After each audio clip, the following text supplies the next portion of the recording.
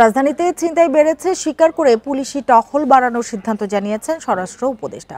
এছাড়া উপদেষ্টা কমিটির সভায় সারা দেশের আইনশৃঙ্খলা পরিস্থিতির উন্নতির বিষয়ে সিদ্ধান্ত নেওয়া হয়েছে। বিজয় দিবস উপলক্ষে আওয়ামী লীগ ও ছাত্রলীগের অপতৎপরতা রোধে গ্রেপ্তার অভিযান জোরদারের কথা জানিয়েছেন স্থানীয় সরকার উপদেষ্টা।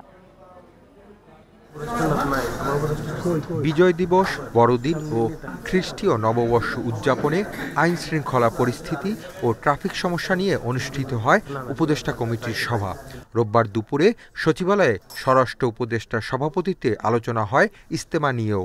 পরে এ নিয়ে সাংবাদিকদের সাথে কথা বলেন স্বরাষ্ট্র উপদেষ্টা। বলেন, আইন শৃঙ্খলা পরিস্থিতির আরও উন্নতি করতে হবে। রাজধানীতে ছিনতাই রোধে শেষ রাতে টহল বাড়ানোর নির্দেশ দেওয়া হয়েছে। স্বরাষ্ট্র উপদেষ্টা জানান, বিগত বছরে ইজতেমা যেভাবে হয়েছে এবারও সেইভাবেই হবে। যে কোনো পরিস্থিতিতে আইন শৃঙ্খলা আরও উন্নতি করতে হবে এবং এই যে 16ই ডিসেম্বর সবাই যেন ভালোভাবে উদযাপন করতে পারে এই ব্যবস্থা আমাদের করতে হবে।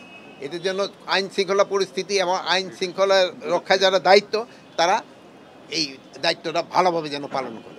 স্থানীয় সরকার উপদেষ্টা বলেন, রাষ্ট্রীয় অনুষ্ঠানগুলো সুষ্ঠু ও শৃঙ্খলা বজায় রেখে শেষ করার বিষয়ে সিদ্ধান্ত হয়েছে।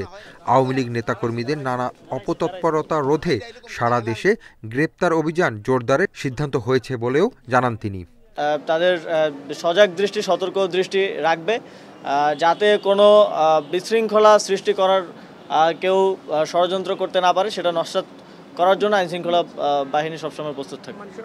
বিজয় দিবসে আওয়ামী লীগ ও ছাত্রলীগের কর্মসূচি রোধে আইনশৃঙ্খলা বাহিনীর সতর্ক দৃষ্টি রয়েছে বলেও জানান উপদেষ্টা। Hasib Mahmud Shah, independent news, Dhaka.